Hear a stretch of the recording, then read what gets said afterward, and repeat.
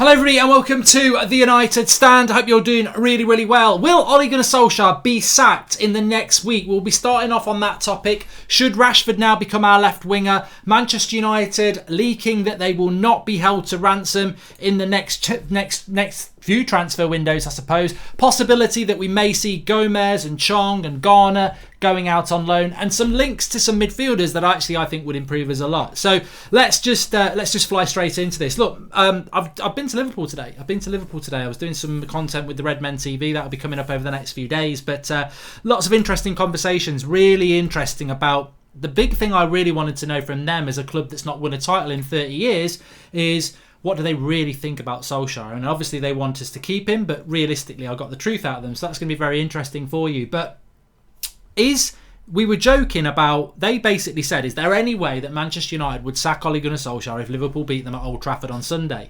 And I said no. And then this, what if it was 7-0? I said, yeah, you know, never say never. But the reality is that I think because we've had the international break, and I think because that automatically, through no fault of anybody's, makes you become a little bit immune to the feeling of the Newcastle game, because time's a great healer.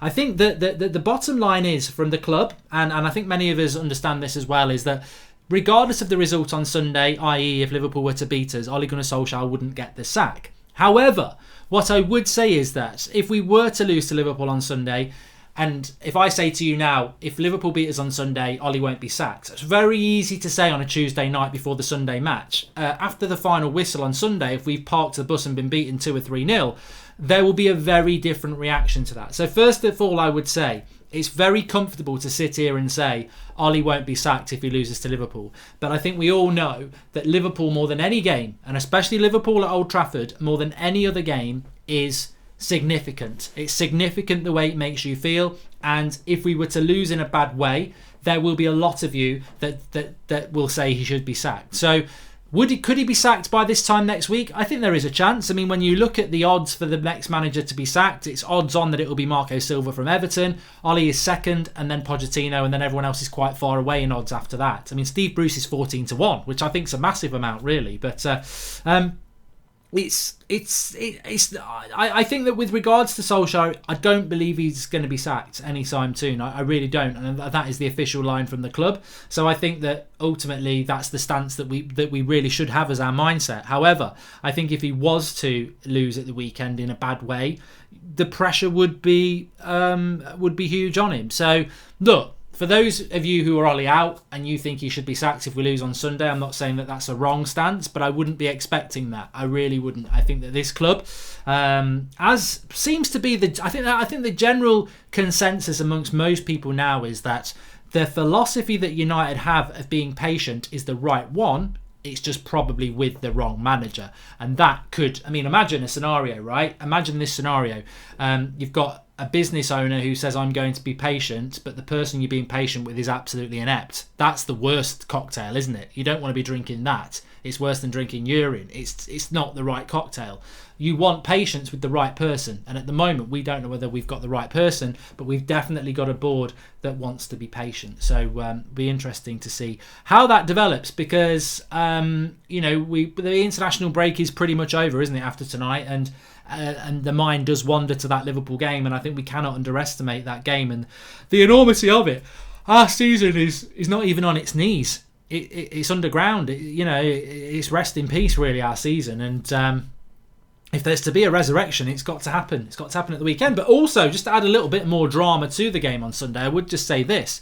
Liverpool are going to win this title. If Liverpool beat Manchester United at Old Trafford, they've pretty much got a firm hand on that title. This is the game that Man City will be looking at, that Liverpool need to drop points in. So I've always said this. If a Liverpool manager wins a Premier League title on your watch, you should be sacked. I said it with Mourinho, I said it with Moyes, I said it with Van Gaal. If Liverpool win the league on your watch, you should be sacked. And whatever this game is on Sunday, I really don't want Ole or anybody at United to treat it like a stepping stone. Oh, as long as we've got some improvement, forget that. This is Liverpool. This is an opportunity at Old Trafford to use that advantage and to stop them winning the game. We've got to stop them winning the game for ourselves, but also for the Premier League title. You've got to stop them. And that's where I begin and end with that. Liverpool will not win the league, says Illa United. Well, I think at the moment you're miles off. You're absolutely miles off. Dark Carlos, I do. That answers your question. Please don't ask it again. It's bloody boring to see it again and again and again and again. I'm just going to be honest. I don't really want to do this, but you can't preach it and not do it. Son23 says McTominay will be world class. Mark, just wait. I'm just going to be honest. I tweet about this enough and I mention it enough on my channel. I always say that if you're not feeling good, you should just admit it, and you shouldn't keep it to yourself. And I nearly didn't do a show tonight. Because I don't feel very good. I feel an idiot for saying it on a show, but I think that you should lead by example with these things, and I don't feel very good. I don't feel very good today, and I think you should always be honest about that. I just don't feel very good. I don't. Career mode is mostly fixed now, Mark, says Ulrich Dalland. Well, there you go. That's a bit of positivity. That might, maybe I can start doing the FIFA stuff again. Anyway, let's go. Look, Leah, let's. I want to try and do something positive. Okay, Rashford. Rashford scored a good goal for England last night. Look, Rashford gets a lot of criticism, and I think that's fair, isn't it? And I think that. I don't feel guilty for slating Rashford. I don't think anybody should. We're in an entertainment business, and his performances have not been good enough. It's nothing personal. I would abhor anybody who would go personal on him. But as a footballer, he's not been good enough. But that goal last night for England, whether it's against Bulgaria or it's against B&Q, it's still a good goal.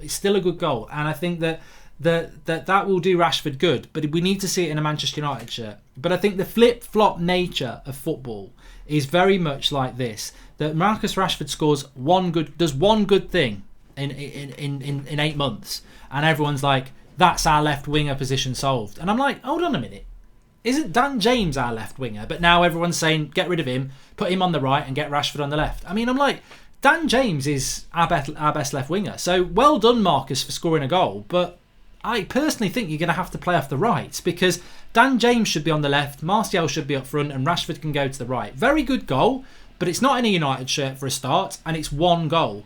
We need a lot more from Rashford, and I personally think if we had a right winger, I would have him on the bench. But it's a positive to see him doing well. It was a good goal, and John Baseford says that Rashford would improve massively if Lingard left. It's okay. It's okay not to be okay, Mark. Honestly helps us all, pal, says Son23. Thanks for the nice comment there. And thanks for everybody who is there. I don't know whether I should have done the show, but I will battle through it. We need a coach. It's not Marcus' fault. It's been 3 years since LVG, says Daniel. Apparently the Glazers are selling to a Saudi Arabia investor. What do you think about this, says Bew Morrison? Well, they're not selling to a Saudi Arabian investor. I don't want to ever be sensationalist on this channel.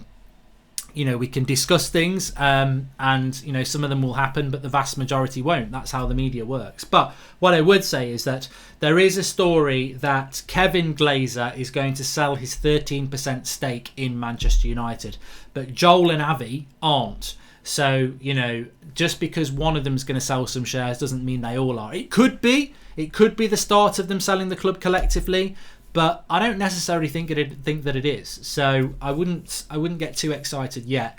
I don't think they've finished with bleeding the club dry just yet, to be honest with you. Tom Hazelwood says, Mark, you're in the biggest fan channel for one of the biggest clubs in the world. Always look at the positives in your life. Thank you, Tom. Thanks for that. But just to talk about that, there is a story coming out from United today that United will not overpay in January or in the summer. Now, some fans have took this as a positive. I'm not going to lie. I tweeted about it today and I said I don't see it as a positive. Am I supposed to applaud that the club are putting a message out that they won't overpay? Because I think some people take that as, yeah, we won't pay stupid wages. Beggars can't be choosers. That we're not that club now. We're not that club. I think when the board leak out that they won't overpay for players, what they're actually saying to you and me is, we're going to buy Mandzukic. We're going to buy Rakitic. We're not going to buy big. We won't be taking the piss. Why else would a club put it out through the media that they won't overpay. Only for our eyes, only for our ears. That's why. And why does it benefit us to know that the club will not overpay? Psychologically, they're trying to make it a positive, but the reality is, we're the richest club in the world, or one of the richest clubs in the world. Most of that money goes to the Glazers. We don't spend much on players. So when the message comes out that we won't overplay on players, why is that something for me to celebrate as a Manchester United fan? So basically, you've got loads and loads of money. You could go out and buy a fleet of Ferraris, but you're going to go and buy a 10-year-old Vauxhall Astra because you won't spend your money. That's basically what that message is. So I don't see that as a positive, even though some people are trying to spin it. And I had people having a go at me on Twitter saying, oh, you've been moaning about United overpaying on wages for ages, and then the club actually say they won't overpay, and you're moaning about it. And I'm like, yeah, but that's not what that message is. They're not saying we're not going to be... They're basically saying they're not going to be held to ransom. But that's got sod all to do with his overpaying in the past. Like, them saying they're not going to overpay now is basically saying, for any player, we're not going to overpay. They're not saying we're not going to overpay for mercenaries, we're not going to overpay like we have done in the past. They're basically saying we don't want to spend money. That's what's coming out of Manchester United. And I'll tell you what, I've heard that Manchester United will spend money in January, but it'll be coming out of the budget for the next year. So just because we spend in January doesn't mean we're going to spend in the summer. Remember, I cannot say this to you enough. When you look at Manchester United's spend over the last 4 transfer windows, it's 120 million net, which balances out at 30 million every transfer window. That's crap. Why do people... I don't know why you allow yourself to fall into this trap. Until they prove otherwise, you should just expect we won't spend a lot of money, because that's what we're all about. And when it gets leaked into the press today that United won't be held to ransom, what that basically means is United won't spend money. That's what it does mean. That is what it means, because that's what they do. And people can say, well, it could mean a lot of things. Yeah, it could do. It could mean a lot of things. But to be honest with you, if it's wet on the window outside, I assume it's raining. It could be the bloody window cleaner who comes round once a month, but I actually think it's more likely that it's raining out there. Ollie's 3 signings have been the best 3 players, says Imamal 25. I'm a male 25. Give him the job as director of football then, because I tell you what, in contrast to... I'll give you another sentence then. Ollie's 3 signings have been the best 3 players we have. These first 8 games to the season have been the worst start we've ever had in Premier League history. 1-1. you know, for every positive there is a negative, and it's dipped in bloody shit. You know, not bloody shit literally, that's hemorrhoids, but you know, Ollie's 3 signings have been the best 3 players, yeah. And the start to the season's been the shittest we've ever had. So there you go. Facts in it. Matt Rush, Mark, you do so much for the channel and as fans. Sometimes that gets forgotten. It doesn't go unnoticed. Thank you, Matt. And Jordan Such says, Mark, if United had any intention of bringing in someone like Pochettino if Ollie gets sacked, why would they look at Mandzukic, who clearly won't be his type of player? Yeah, look.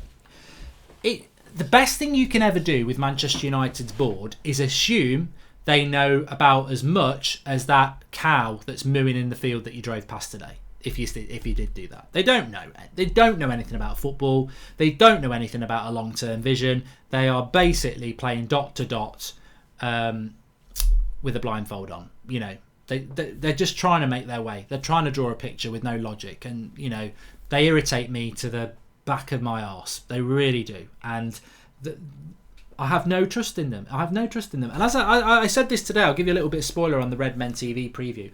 I said this today. The reality is there is nothing wrong with a vision. There is nothing wrong with patience. And when Liverpool appointed Klopp, to have a vision and patience was a very, very good idea, because everybody with a football brain knew what Jurgen Klopp was all about. They'd seen it in Dortmund. They'd seen it, what he'd done in winning the Bundesliga. They knew Klopp was a well-known, invigorating, exciting tactical manager, passionate. So you knew with Klopp, if he lost his first 3 games with Liverpool, you still got to give him a year, because he's got to adjust with a shit team. With Ole Gunnar Solskjaer, we have the philosophy, we have the patience, but we do not have anything to go, yes. If you're going to have patience and you're going to have a long-term vision, you have to have something. You know, if you're growing something, you have to have the seed. You have to have the sprout. You have to see the growth. With United, we've got the patience, we've got the vision, but we've got nothing now. You know, the future's the future. It never happens. You always live in the present. And something that's here now can grow. and that can be the future and that can be the vision. But if there's nothing there, what's to grow? What's the future? And this is what United and ex-players and some fans will not answer the question. If we're about future and we're about the vision with Ollie and Carrick and Phelan and bloody everybody else, if that's the vision and the patience that's required, what's the present then? Where is the thing that we're building right now? Because you can't build a dynasty and not put the first brick down. Where's the first brick? Where is this thing you're going to build? Because it's always in the future. But surely there's got to be some foundation. Where is it? Oh, 3 signings? Bollocks. Where's the actual... What's happening on the pitch? That's where it needs to start. And at the moment, Sunday's a massive game. Aidan G, how are we going to sign a bench warmer from Serie A and expect him to lead the line for us? We need a youngish, quick all-rounder that will work well with the pace we have. Thanks for the contribution, Aidan G. And Shiam Illa says, like you said, maybe they would transfer him as director of football and not sack him out. Not a bad idea at all. Yeah, you know what? I think Ole Gunnar Solskjaer, actually, you know what? Who knows? Who knows? Everyone says Ollie's 3 signings have been good, but are they Ollie's 3 signings? Are they? We assume they are, and I'm sure he said yes to them. But did Ole Gunnar Solskjaer give Wan-Bissaka, Dan James, and Harry Maguire as a list to Woodward? I don't think he did. I'm going to hold my hands up here and say, for the first time ever, I think you're being a bit fanciful. I think you do. Why would a manager that's been managing in Norway come into the job in basically January, end of December? How would he know in the space of 4 months go and get Dan James? I'm not saying he didn't, but I don't think he scouted Dan James. I don't think Dan James was on his list. And I don't think he scouted Wan-Bissaka, because the story we had last week is that United spent a year scouting many right-backs. So I'm sure Ollie had the final say in it, but I don't think Ole Gunnar Solskjaer walked in and went, Dan James, Harry Maguire, Wan-Bissaka. I don't think that happened at all. I think he had a part in it, but I think to give Ollie the full credit, I doubt that happens in the modern game. There are scouts out there doing their bit as well. It could have been Carrick. It could have been Phelan. It could have been McKenna. Who knows? But I doubt it was Ollie who came out and went, I've got these 3 names in my pocket. I've been thinking about it in Oslo. Or Mulder. AEW screams, Aaron Wan-Bissaka screams of a Woodward buy, offensively poor, says Son23. And I mean, look, what I would say is I don't want to give Woodward any credit. I think Woodward wouldn't even know how to load up Football Manager, let alone work the bloody filters to search for players. Hello, Mark. Just read that Leicester City are eager to acquire Axel Pereira and money from Maddison and are hoping to complete the deal in January. Thoughts? That's from Abrima John. No, I wouldn't be giving Axel Tuanzebe up for anything. No. Pereira, yes. And I think, you know what? I think Brendan Rodgers probably could turn Pereira into a player. I think there is a player in Pereira. I just don't think he's... Look, I think Martial under Solskjaer has improved, but was only for 3 games. I think Rashford's not improved. I think Pereira's being played out of position. So name me a young player that Ollie is actually improving. Martial, yeah. So I think Pereira, there is a player there, but I don't think we'll see it at United. But I wouldn't be giving Tuanzebe up in a million years. I don't know about you lot. Please do smash a like on the video, everybody. I don't know what's happened to the likes, but it only says 46 likes on my video. I don't know what's gone there. Sam Altar says, squad value increase since 2013. Liverpool's value's gone up by 321%. Tottenham by 257%. City by 196%. Arsenal by 139%. Chelsea by 105%. And United by 70%. Interesting stat. And what also is interesting as well is that there is news coming out from United today that in January they may well look to loan out to Heath Chong, Angel Gomez and James Garner, which I think will probably upset a few people. But this is what I said in the summer. I said that personally I think Gomez and Chong should have gone on loan in the summer. Then we came into the season, we got rid of Lukaku, we got rid of Sanchez, and there was this perception that these lads were going to play some football. They have played some football in the Europa League, they have played some football in the Carabao Cup, but they've not really been used in the Premier League. And I think that when I see Chong, there's a big question mark whether he's good enough. When I see Gomez, there's a big question mark about whether he's ready. And I think that I think a loan move would be brilliant for them. I really do. I think a loan move for those would be exactly what is required. I don't know what you lot think about that, but I really do. Lucas Sinfield says, hi Mark, Liverpool fan here, and I love the channel. That's an interesting thing, isn't it? But we've already got no squad, says George Kyle. And Giggs recommended James, Mourinho approved Maguire. Think Wan-Bissaka was targeted as a young English and talented like Rice and Maddison, says Lynn Hall. Exactly. I wouldn't be surprised by that. I mean, it was Ryan Giggs who recommended Anthony Martial as well. So whatever you say about Giggs, he's actually suggested 2 signings if you take Dan James into the equation that have been very good. LCT XDD says, I won't read that out, but thanks, mate. I don't need to read that out, but it's a nice comment.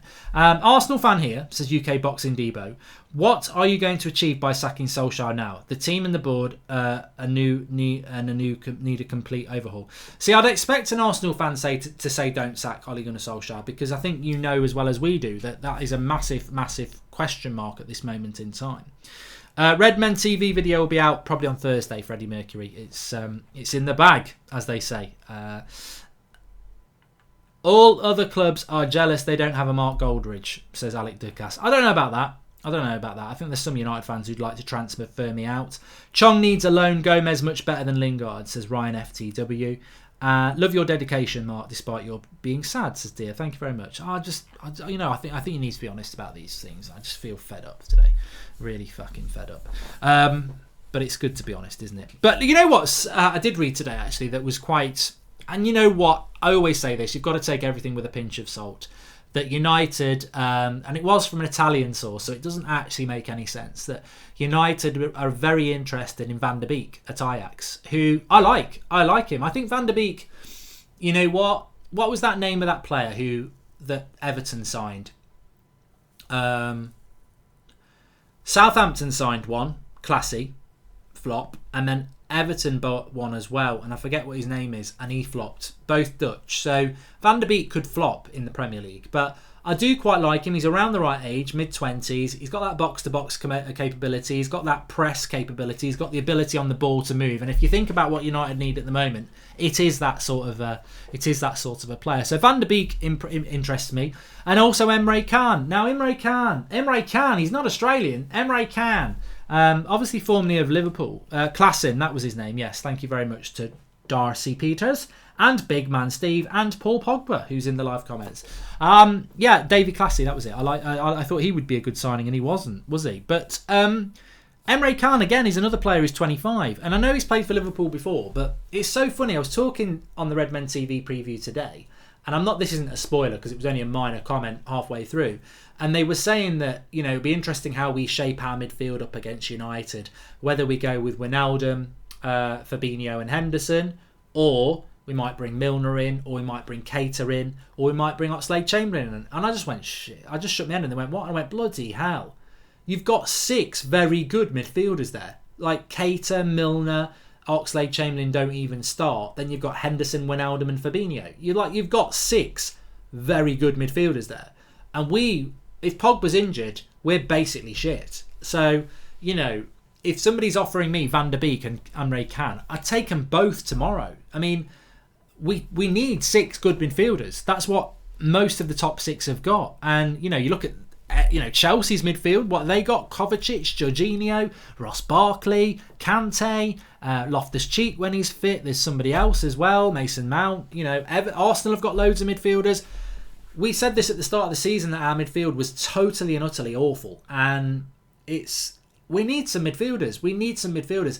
And also, they also asked me who plays on your right wing, and I went, exactly, I don't bloody know. Pereira at the moment, he's not a midfielder and he's not a bloody right winger. It's Pereira, Mata or Lingard who plays on the right, and you think, I wonder why we're struggling as a football club. Not only have we potentially got a manager way out of his depth, he's drowning, but also that midfield is a joke. We haven't actually got a right winger. It's no real surprise that we are where we are, is it? But we desperately need some midfield talent, and I wouldn't mind a Van der Beek or a Ziyech from Ajax as well, right winger, or an Emre Can or a Thomas Partey. These are the sort of players we should be looking at, because this Brexit FC Declan Rice thing, which I was on about the other day. Oh yeah, let's spend 60 million on Declan Rice or 40 million on Sean Longstaff, who clearly aren't ready and may never be ready, when you could spend 20 or 30 million on an Emre Can, who Juventus don't want anymore, or a Van der Beek, who an Ajax would snap your hands off for 25 million, and yet they're going to be way better and they've got way more experience and they're only in their mid-20s.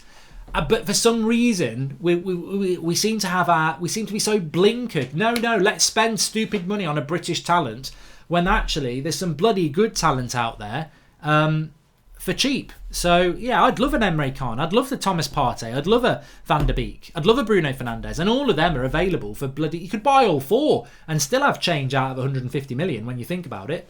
Yeah, you would. You could buy Partey, Can, Van der Beek and Bruno Fernandes, rejuvenate your midfield, which that would, because you'd get two box-to-boxes in Van der Beek and Emre Can. Well, Emre Can's a little bit more defensive. Thomas Partey's defensive, and Bruno Fernandes is an attacker. Four midfielders for 150 million quid. And you'd get Declan Rice and Maddison for about 150 million. You know what I mean? This is why we need to stop being Brexit FC, because you can get far more for your money by going abroad. But we don't seem to be looking at it, to be honest. But that's for another time. Mark, did you see Thomas Meunier in the Euro qualifier scored? Do you think we could go for him in January, says Mika Svensson. Why would we go for Thomas Meunier, though? He's a right back. I don't know why we would go for him. We've got Delo, haven't we? And yeah. What's my honest opinion on Jesse Lingard, Henry Gamer? Probably not. I'm probably not in the mood to ask me an honest question, because I will give you an honest answer. My honest answer with Jesse Lingard is I would sell him tomorrow. Yeah.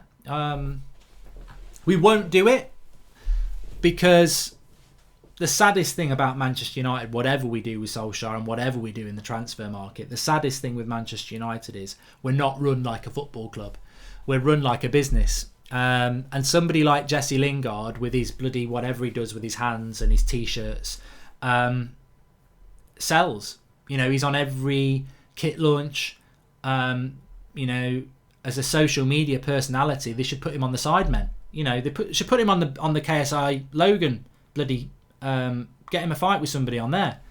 Because as a social media presence, he's brilliant.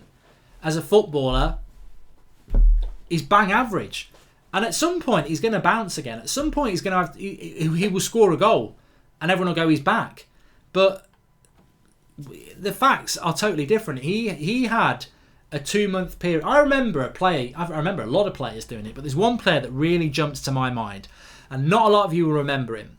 Sheffield Wednesday got to 2 cup finals in 93 or 92. I think it was the 93 season. They got to the final of the FA Cup and they got the final of the Carabao Cup. And they had Chris Waddle playing and Mark Bright and David Hurst. And they were a good team, but they got a few injuries up front and they used a centre-back up front, and his name was Paul Warhurst. He was bloody brilliant on Championship Manager that year. They put him up front and he couldn't stop scoring for about 3 months. And he even got picked for England, and then he disappeared. He had 3 months of brilliant goals, and it might have been a little bit longer than that. And everyone thought, oh, what an amazing story. They found this centre-back who's a brilliant striker. And he wasn't a brilliant striker. He just had a blip. And that's what's happened with Lingard. Lingard had a blip for 2 months, and the surrounding years and 18 months behind it were a bang average. And that's your real player. I always felt that Lingard at best was a bench player. I don't even know if he's that. I think a player who plays at number 10 and has the least touches on the ball in 90 minutes and has no dribbles consistently is not a number 10. He's not quick enough to be a right winger. He's certainly not a midfielder. I don't know what he is. And also, if I'm absolutely honest with you, if he wasn't called Jesse Lingard from the youth setup and had loads of media presence, and he was, he was Pierre Lingino from bloody Italy, and he was ugly and thick, and he had no social media presence, we would have sacked him years ago. We would have sold him off to Preston years ago. And I think that's the truth about Lingard. I think he won't be leaving United anytime soon because he makes the club a lot of money, but he doesn't make a lot of money on the pitch. He makes his money off the pitch. And there's too many players at that club. It's not just Lingard, to be fair. There's too many players. I've said it so many times, and I know a lot of you have as well. To be successful, you need to be aggressive and you need to be ruthless in life. You don't need to be an arsehole. You don't need to be disrespectful. You need to show compassion, and you need to be a good person. But if you want to be successful, you've got to be ruthless and you've got to be aggressive. And ruthless and aggressive doesn't mean being a nasty person. It means You've got to be ruthless with the dead wood and get rid of it, and you've got to be aggressive in going and getting what you need to improve it. And I don't see enough of that at Manchester United over the last 6 years. I don't see it enough from the players. I don't see it enough from the manager. United need somebody to come in who gets what the club's all about, but also is aggressive and passionate enough to do it. And we've got too many players who are still there who are part of the problem. Whether it's Ashley Young, Phil Jones, Nemanja Matic, Juan Mata, they're all different personalities, and fans have different relationships with those players. But we're talking about ruthlessness. To be ruthless would be to say, I love you, Juan Mata, there's your coat. To be ruthless would be to say, Phil Jones, get out. Ashley Young, have you been a good servant? It's debatable, but get out. Jesse Lingard, take your 100 million followers. You're off. You know, they would hate to hear that. You know, as players, they'll be sat there going, he doesn't know what he's on about. Screw him. Look at the millions I've got in my bank account. I'm living the dream. And that's your right. You are living the dream. Exactly. You're living the dream that we would all run through a brick wall to have. And you're living the dream and you're abusing it. Because one, you're not good enough, and two, you're very inconsistent. So you can think, I don't care what people think about my opinion of them as a Manchester United player. It's not born out of it is born out of frustration, but it's not born out of some petty little moany hater. It's born out of the fact that ultimately, I just want us to be successful. I just want us to be proud of this team, and these players are not good enough. And I don't even blame them. I think it got to the point with Ashley Young last season. It gets to the point this season with Lingard where it's not even their fault. You know, it's not their job to say, oh, you're going to give me another contract worth 150 grand a week. Oh, no, I don't deserve that. I don't deserve that. You know, you're going to sign it. Quick, let's sign it, quick. Get it off to the bank. The people who are responsible is the management and the board who are not ruthless enough. They're not ruthless enough. And until that changes...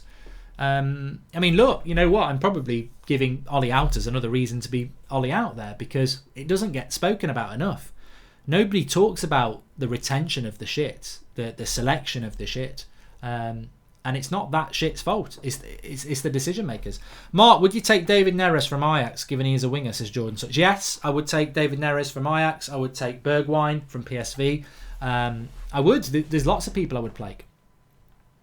We prioritise off the pitch stuff over winning on the pitch, says Vandy Candy, which is apparently exactly why Jurgen Klopp didn't want the Manchester United job, because he saw it too much as Disney World and he wanted a proper football club, and that's Liverpool. And you know what? Nobody is going to be more of a, you know, disappointed if Liverpool win the league than me. But I tell you what, I think sometime I'm never going to stop supporting Manchester United. It's my club, but I'm not going to be loyal to bad owners. I owe them no loyalty. I owe the badge, our history, our football club, our stadium.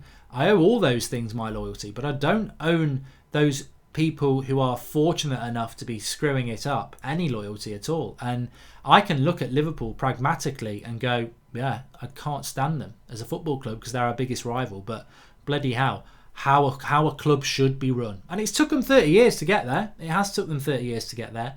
But they run their football club like a football club. And Jurgen Klopp's perfect for them because it's run like a football club. And the priority is what happens on the pitch.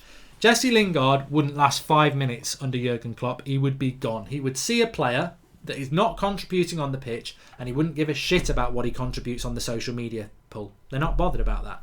It's about success on the pitch.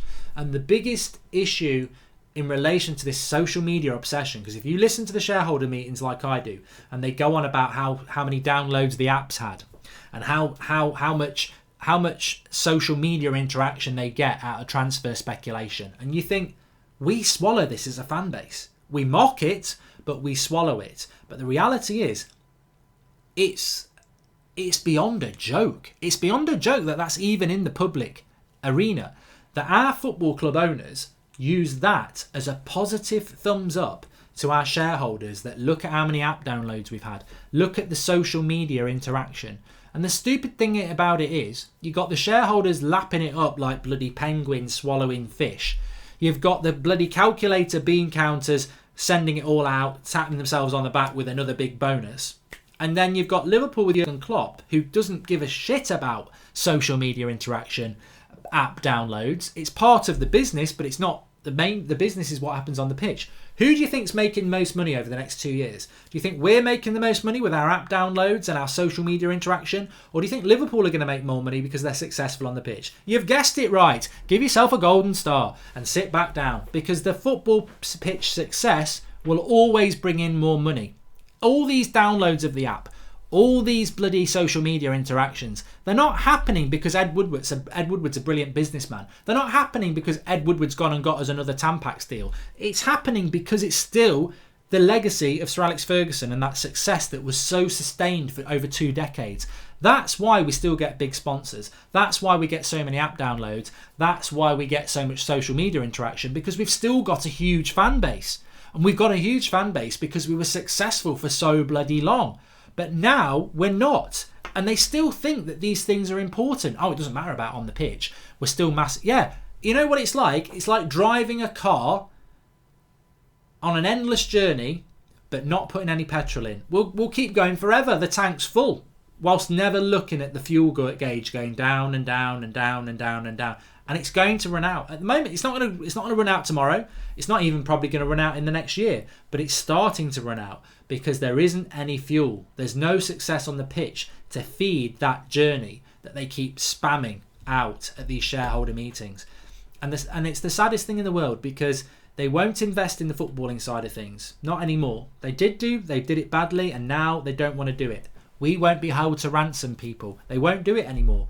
But look at the interactions we get on social media. Look at the app downloads, and they don't realise that the thing that's going to make us get more app downloads and more social media interaction is being successful on the pitch, and they're not even doing it right. Reports Kevin Glazer is selling stocks. Opinion says Delegation Gaming already discussed it. Hey Mark, how do you see Isco fitting into Manchester United's midfield? Would be another great midfield option to complement Pogba, says Abrimi John. I don't know about Isco. I worry about Isco because I think, has he fulfilled his talent at Real Madrid? Is he just another Di Maria leaving Real Madrid to go somewhere he doesn't want to go? Hi Mark, been watching since the summer. I'm a Liverpool fan and grew up with United at the top of football. Your situation is really sad. Hope you get back soon, says Lucas Sinfield.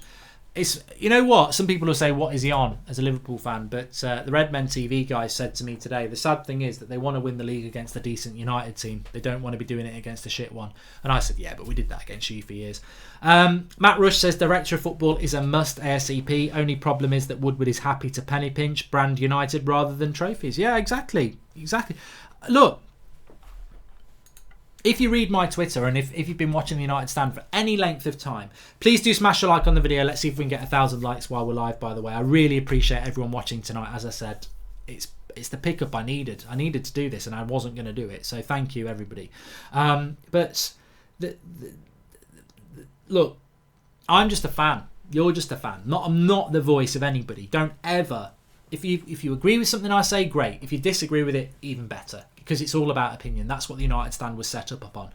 But the thing as I get older, I think, look, this is a life lesson, I suppose, but the thing that makes me sad the more I get older is that when you grow up and, you're a child and you start to learn about prime ministers and, millionaires and, football, and you look at these people as your idols, and you look at the Prime Minister and everyone like that, or they're really intelligent people.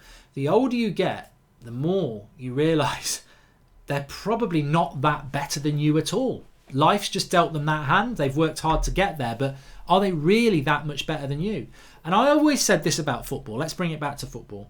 I always used to say about Van Gaal, he's fucking clueless. Like, Herrera should be starting and he's on the bench again. And you get some fans who go, oh yeah, Goldbridge knows more than European Cup winning Van Gaal. And I used to say, but you're doing yourself a disservice. Football's a very simple thing.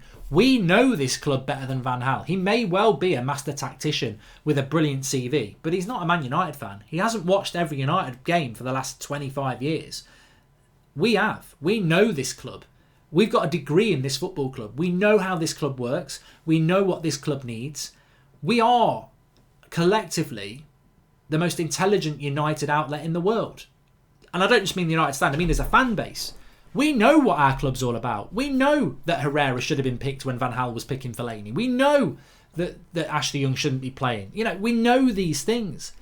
But the saddest thing is, that's a leap of faith to believe that. it's not a leap of faith when you know you can run Manchester United Football Club better than this lot. Because the bottom line with this board is they're not United fans. Ed Woodward's not a United fan as far as I know. I don't think he was a United fan. I think he just got a job here. The Glazers are not United fans. I don't think they even know how football works. They are people who bought our club to make money. That's what they are doing. They want to make money. They don't know about football. They just want to make money. That's what they want to do. So you and I can do a better job than they can. And that's the saddest thing. Liverpool, you probably sat there trusting in the manager and trusting in the board. That's all I want. Liverpool had Roy Hodgson and signed bad players in the noughties. Bad signings are unavoidable, but philosophy and a solid business model are key to success. We fans can see this, and it's shocking that Woodward can't, says Jordan Daniel. Which is exactly what I'm saying. That is exactly what I'm saying. Is that it's... I just want to be in that situation. It's not too much to ask. I don't want to be getting it right. Under Sir Alex Ferguson, he used to make mistakes, but you trusted the brilliance. And it was a brilliant ride. I'd love to have done the United stand then. I'd love to have done the United stand in the Sir Alex days, because it would have just been a happy time. Yeah, we lost a few, and yeah, there'd be a few games where we go, I can't believe he picked that team. That's just football. But in the vast majority, I would love to have done the United stand in the Sir Alex days. It would have been the best times. And that I just want that back. But I'm not even that greedy. I just want to be able to sit here in front of you lot and go, this board knows what it's doing. This manager knows what it's doing. There's 7 or 8 people putting that shirt on Sunday that we know we can trust. And we've got none of that. We haven't got a manager that knows what he's doing. We haven't got any players really that we can trust. And we've got a board that's totally inept. So people say, what's the aspiration?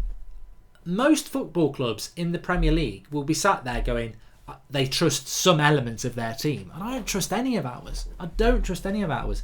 And the most dangerous thing of all is that we're run by people who just don't care about this football club. They don't care about me. They don't care about you. They don't care about the club. They just care about making money. And that doesn't make them bad people. It makes us a bad football club that why did we let this happen? Why did the world's best football club, the best fan base in the world, the best story ever told in football is Manchester United Football Club? Why did we let these leechers get hold of our club? Because it's the worst thing that's ever happened. Because it was always all right when you had the genius of Sir Alex making us relevant. But as soon as he went, and as soon as reality bites, these aren't the people to deal with a crisis. They haven't got a bloody clue. And that's the situation we're in. Van der Sar came out and said he wanted to work for us one day. We need him now, says Aidan G. Yeah, I agree with you, Aidan. I sort of take those comments from Van der Sar in a very sad way, because he doesn't want the job now, and we need somebody now, not the future. Everything with United seems to be about the future, and we need something now. Vikram Chawar says, do you think Chelsea's board are better than yours? Ethically, probably not. I don't want to go down that route. There was a time when Chelsea's board was very good. I mean, Roman Abramovich obviously has the money. They got Peter Kenyon in. I've got to be honest with Chelsea. Let me just answer that question honestly. Chelsea, for me, have always been, until recently, the best team in the transfer market. You can have money, but their efficiency in getting rid of players and bringing players in the transfer market has always been very impressive over the last 10 to 15 years. Structurally, I don't think Chelsea's that good. I think if Abramovich works away, they've still got a very small ground. I don't think there's the infrastructure there for Chelsea to be a top 4 team for the next 20, 30 years. You can moan about Man City, and God, do we moan about Man City. It's totally unethical what they've done. But not only have they invested on the pitch, the infrastructure around it is very, very, very impressive. So I think even if Man City owners walk away, I think the infrastructure's there for another owner to come in and keep it going. But with Chelsea, I don't think they've invested enough off the field. But on the field, they've always been very impressive at transfers. Hopefully, Ollie will stay in charge come Chelsea in the Cup. It could be a real eye-opener for him as to what building for the future is, says Jordan Such. Well, let's play a little game, actually. We're going to play a game. Let's have a theme tune. Chicka-bow, chicka-bow. No. When's Ole Gunnar Solskjaer going to get the sack? Let's just put a month. Put a month in the live comments and I'll read some of them out and then I'll tell you what mine is. When will Ole Gunnar Solskjaer be sacked? You could say never. You could say 2022. You could say next week. You could say May. Let me know. I just want to read when you, the voice of the fans, when do you think Ole Gunnar Solskjaer is going to get the sack? Honestly, don't be bloody stupid about it. Don't go with what you wish. Go with what you think. George Kyle says February. That would be an interesting one, George, to February, because transfer window would be gone. And I think that's why I wouldn't go with February, because if they invest in him in January, why would they sack him then? Never, says Jack Chamberlain. Well, he will be sacked at some point, even if it's by death. And I'm not being morbid there, but Ole Gunnar Solskjaer can't live forever, so he would sack himself if he lived till 100. Christmas, says Daniel James. I hope you're not the real Daniel James, by the way. December, says John Allen. Next season, says Sophie. November, says Charlie Hook. Next October, says Seamus Conroy, which actually makes a lot of sense when you think about it. January, says Paul Gandry. Andre Headley says February. See, I think January and February are not in the equation, simply because you either spend in January, or if you have spent in January, why would you sack him in February? Because you've invested in him. Rodney Francis says, if we had structure, we would have known Ollie wasn't the right pick. Wasn't he an academy coach? Doesn't Woodward consult anyone before jumping out the window? No. I've said this many times before. They never should have appointed him till the summer. A business decision was a stupid decision. They went with their heart, which is not what businessmen should do.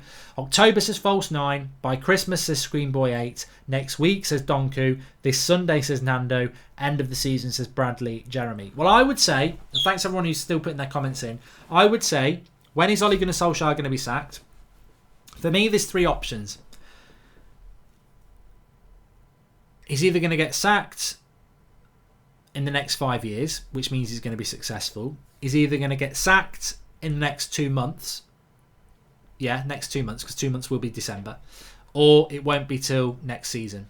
He's not going to get sacked between January and next August. That won't happen. If he survives till January, they won't sack him at the end of the season or any time in between. So I think he's either gone by Christmas, or it'll be this time next year. That's what I think, if he's going to be sacked. I think they're either going to actually get rid of him quick, or they're going to go too long. I don't see them doing it next summer, in my opinion. Ollie will be sacked if they lose to Liverpool, then go and lose to Norwich. So next 2 games, potentially, says Jordan Such. What I would say is, be responsible, and think it through.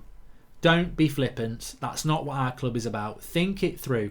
Take your time. Think a lot. Think of everything you've got. Because ultimately, the fans sack the manager. The fans are the most important thing in football. And we don't often get listened to.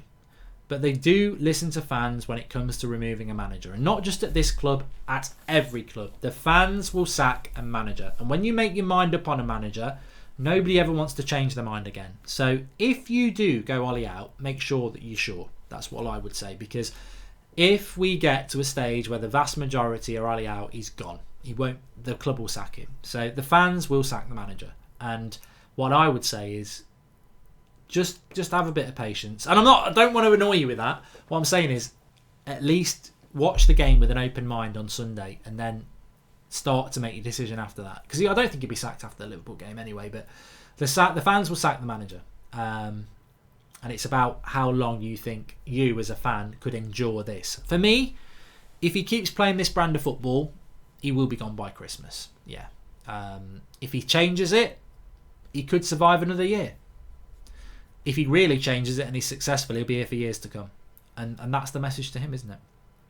That's their message to him. Don't bring back Mourinho, our man. God, no, do not bring Mourinho. I could write a book on the things he did wrong. Thanks everyone for watching. Please smash a like on the video. Thanks so much for the show tonight. It's been a bit of a struggle today, but you've helped me in more ways than you'll ever know tonight. So thanks everyone for the show. I really appreciate it. And we'll be back tomorrow. Starting to build towards that Liverpool game. So I've got some really good content coming up for you. I'm very excited about the Liverpool game. I know a lot of you are worried about it, but I'm excited about it. I am excited about it. Bring it on. You only learn about yourselves in the biggest battles. And we're not great, but it could be the start of something. It could be the end of something. It could just be the same. We'll see. Thanks for watching. Speak to you all soon.